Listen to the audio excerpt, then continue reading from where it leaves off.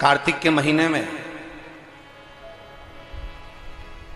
एक बेलपत्र, 3 शमी पत्र, बहुत ध्यान दीजिएगा। कार्तिक के महीने में एक बेलपत्र, 3 शमी पत्र।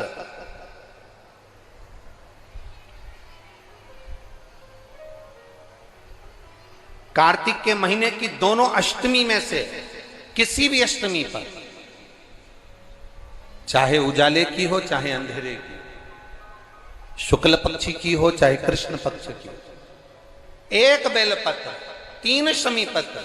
आप कभी दिल से, कभी मौका मिले हृदय से, दामोदर मास में, कार्तिक मास में अशोक सुंदरी वाली जगह का स्पर्श कर कर भगवान शंकर के शिवलिंग पर एक बार समर्पित कर कर देखना, और दूसरे वर्ष इंतजार करना कि तुमने कार्तिक महीने में अष्टमी के दिन बाबा को शमी पत्र बेलपत्र दिया था, क्या बाबा ने तेरे घर में धन और वैभव दिया कि नहीं दिया? जो स्थिति में गाड़ी चल रही थी वो स्थिति की गाड़ी तेरी पार हुई कि ना हुई? कितने बेलपत्र? बोलो बोलो, जम के बोलो जरा। कितना शमी पत्र? एक बेलपत्र, 3 शमी पत्र।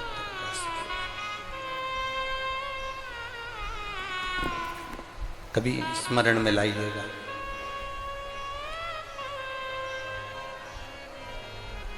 बस ये जो कार्तिक महीने में, दामोदर मास में आप एक बेलपत्र, 3 शमी पत्र अष्टमी के दिन, चाहे शुक्ल पक्ष की हो चाहे कृष्ण पक्ष की हो, दोनों अष्टमी में से किसी भी अष्टमी को जब आप समर्पित करें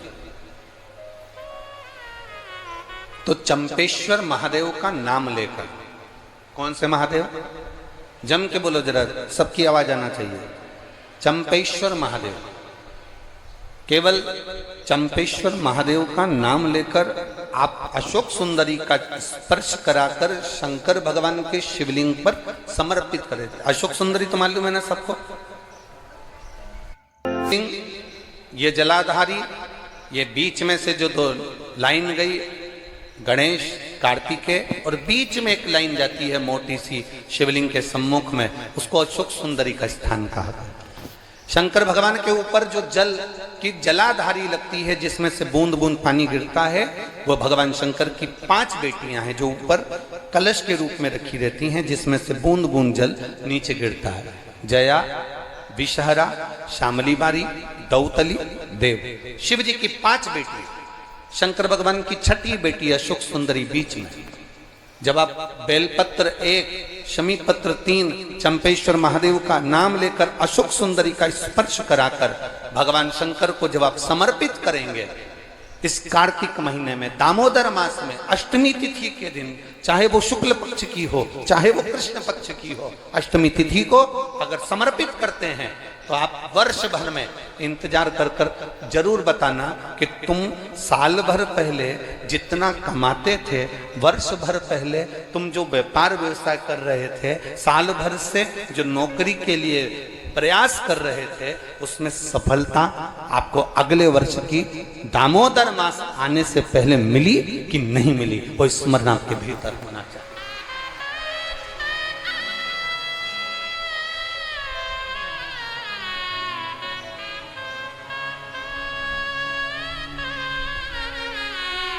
शंभु शरणे घड़ी रे दुख काटो, दया करने दर्शन। आप दिल से उससे प्रार्थना करोगे तो वो दिल से दे देगा। महाराज, ईमान और जुबान, 2 चीजें व्यक्ति की पक्की होना चाहिए। क्या क्या? बोलो, जम के बोलो। ईमान और दूसरी जुबान पक्की हो।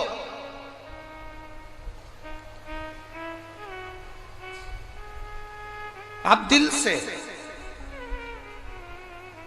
आप बाबा का भजन कर कर देखो, आप दिल से बाबा का स्मरण कर कर देखो। एक पत्र आया है,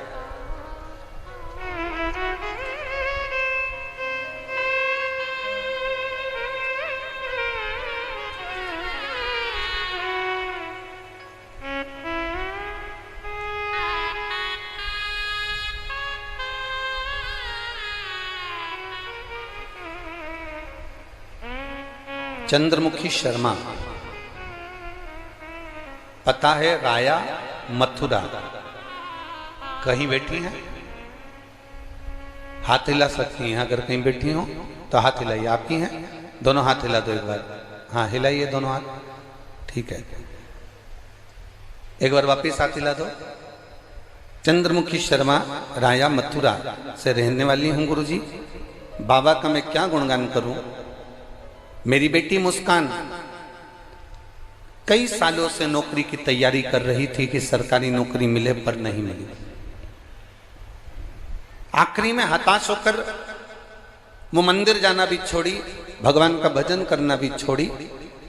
तब एक बार टीवी पर हमने कथा सुनी और कथा सुनकर हमारी बेटी से कहा कि देख, वो महाराज सीओर वाला कहता है कि शिव जी को एक लोटा जल चढ़ाना चाहिए। मां, हम ब्रज की रज में रहते हैं, ठाकुर जी का भजन करते हैं, शिव को जल चढ़ाने का बाबा कह रहे हैं। मैंने अपनी बेटी से कहा, कृष्ण और शिव में कोई अंतर नहीं। कृष्ण जब तक नहीं मिलते जब तक शंकर की भक्ति ना हो, और शंकर जब तक नहीं मिलते जब तक कृष्ण की भक्ति ना हो। ये दोनों का मिलना सरल नहीं है। मैंने कहा, जब टीवी पर बाबा कह रहे हैं, सीओर वाला महाराज कह रहे हैं कि एक लोटा जल सारी समस्या का हल, तो जड़ा चढ़ाने में जाता क्या है। मां 7 वर्ष से नौकरी की तैयारी कर रही हूं पर नहीं मिली, तो मुझे नहीं लगता कि मिलेगी, पर तुम कहती हो तो मैं शंकर जी को जल चढ़ाना प्रारंभ करती हूँ। शिव जी को जल चढ़ाना चालू करा मेरी बेटी मुस्कान शर्मा ने। और बाबा का मैं क्या वर्णन करूं गुरुदेव। मेरी बेटी ने एग्जाम दिया और बाबा की कृपा से उसका इंडियन नेवी में हो गया। मैं बाबा को यहाँ प्रणाम करने के लिए आई हूँ। ये शिव तत्व है भक्ति, ओ घड़ी है शंभु। बैठिए बहन। हर हर महादेव।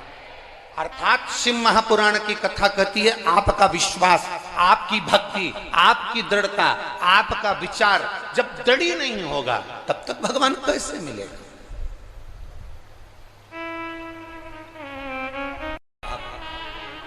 दड़ी बनकर बैठोगे, भगवान शंकर की आराधना दड़ी बनकर करोगे, ईमान और जुबान पक्की रखकर आप शिव की अगर आराधना करोगे, तो अगर कथा मिल सकती है तो क्या मेरा महादेव नहीं मिल सकता?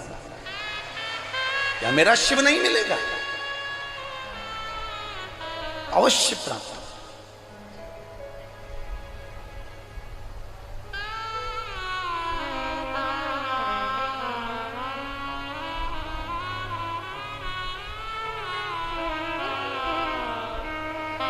ब्रज की रज में लोग आते हैं तो पेड़ों में कान लगाकर सुनते हैं राधा का नाम मिल रहा।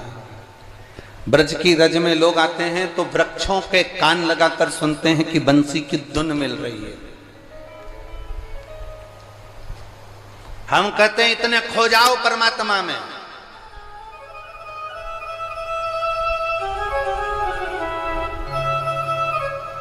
इतने खो जाओ परमात्मा में, इतने डूब जाओ भगवान में कि तुम्हें वृक्ष में कान लगाने की जरूरत ना पड़े। मेरा कृष्ण कन्हैया तुम जब चलो तो तुम में कान लगाकर तुम्हारे नजदीक में आकर खड़ा हो जाए, तो समझना कि ब्रज की रज में आना हमारा सार्थक हुआ।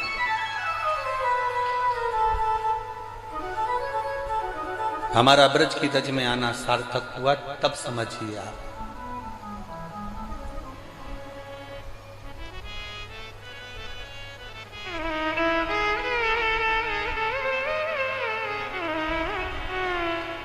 आप सब लोग ब्रज की रज में रहते हो, मीरा भगवान कृष्ण के पास जाती थी कि भगवान कृष्ण मीराबाई के यहाँ आते थे? बोलो जरा, उत्तर दो, जम के बोलो जरा।